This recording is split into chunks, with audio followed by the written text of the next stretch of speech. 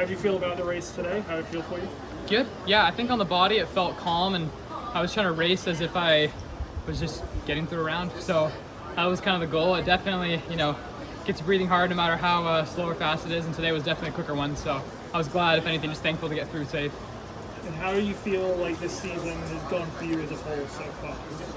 Great. It was definitely a little worrying at first, just because we plan it so that we can peak right at the right time, and the race we really care about is the NCAA final, which I'm running in 2 days. And I think when you're running early and you've got guys, excellent guys like Matthew, Koskai, and I know the Louisville athlete, running super fast early on.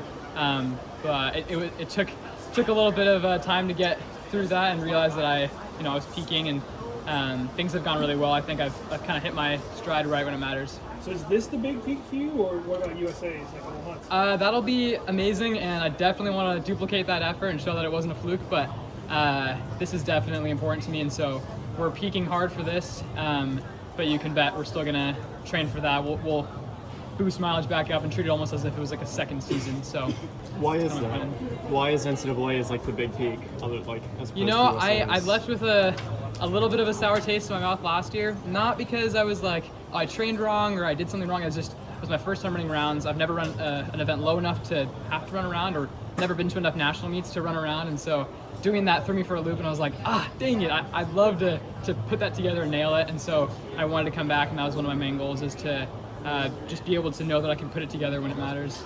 James, you faced obviously the best of the best international competition, in Paris, but just, I mean, with this group, like you highlighted Matthew, Joffrey, these guys come in, and there's going to be, a bunch of Kenyans, but 4 freshmen that weren't even part of the NCAA system. Sure. Last year. What does that do just from a competitive aspect, just to be like, I get to challenge myself in a global situation before I'm even thinking about a world championship opportunity later this summer. Yeah, I've talked to a couple people about how excited I am, just because the NCAA is it's a semi-pro organization. This is like the greatest funnel that I think the world has for bringing world-class athletes, and to run in the NCAA, like you were asking earlier, like it feels like a preparation, like one of the best preparations I can have for postseason pro stuff, I guess. And so running against some of these guys like Joffrey and Matthew is super. It's an honor, because I think sometimes people are a little worried and get frustrated that people are coming in, and they're like, oh man, I thought it was going to go this way. I didn't know they were going to come in. But once you're a pro, you race anybody and everybody. So I think you have to be able to race anyone. It doesn't really matter. So I consider it an honor. How has last year's experience on the big stages, Olympic trials, Olympics, how has that helped you this year?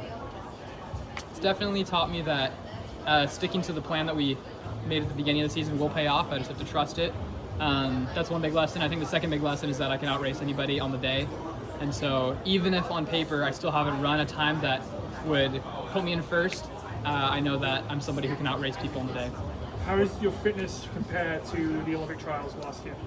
I'd say it's definitely greater. My workouts have been amazing, at least in my eyes, and I think I have a pretty good idea of where I'm at, so I'm very happy with how things are going. What do you think will take the win tomorrow? What time? What time will take the win? I think whoever wins is going to run the world standard. That's what I think. So I'm very much looking forward to that.